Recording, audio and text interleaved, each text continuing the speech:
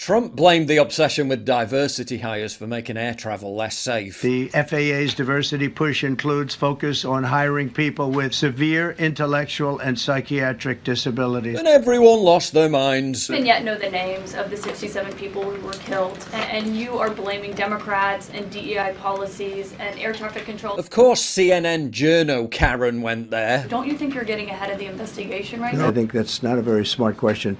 I'm surprised coming from you. So satisfying to see Miss Main Character Syndrome get roasted by the big man yet again. That is amazing. Are you saying race or gender played a role in this tragedy? I'm trying to figure out how you can come to the conclusion right now that diversity had something to do with this crash. Because I have common sense, okay?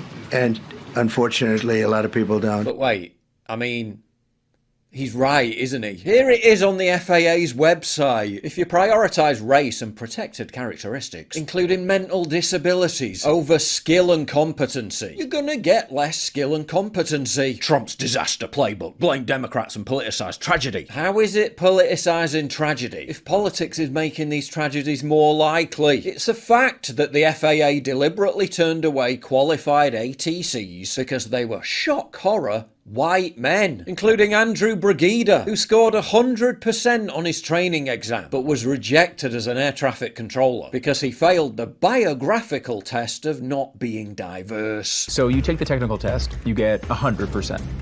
Then you take the biographical test. How do you do on that?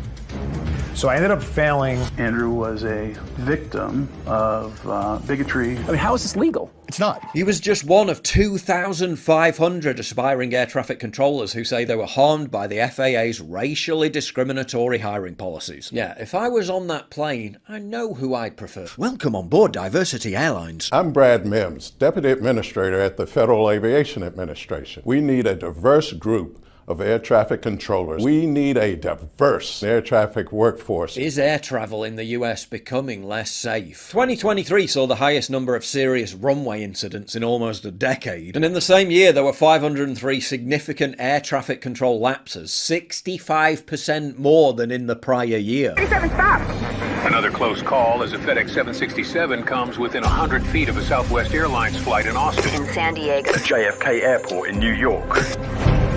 They call them near misses. Southwest aboard. They're near collisions. But it's nothing to do with diversity, they say. It's exhaustion. Wait, but surely performing under pressure should be a key skill for an air traffic controller. But they stopped hiring them primarily based on skill, and that's the point. Under Obama, the FAA replaced a skills-based test with a biographical questionnaire to attract more diverse applicants. They blame lack of staffing for all these mistakes, while simultaneously blocking thousands of new potential FAA staff because they weren't diverse enough. The Obama administration put in place this new set of hiring standards for air traffic controllers. The FAA decided that it was producing too many white men to become air traffic controllers. They decided to change the hiring process and introduce a new first step, which was called the biographical questionnaire. And it was designed to alter the racial makeup of the potential hiring pool.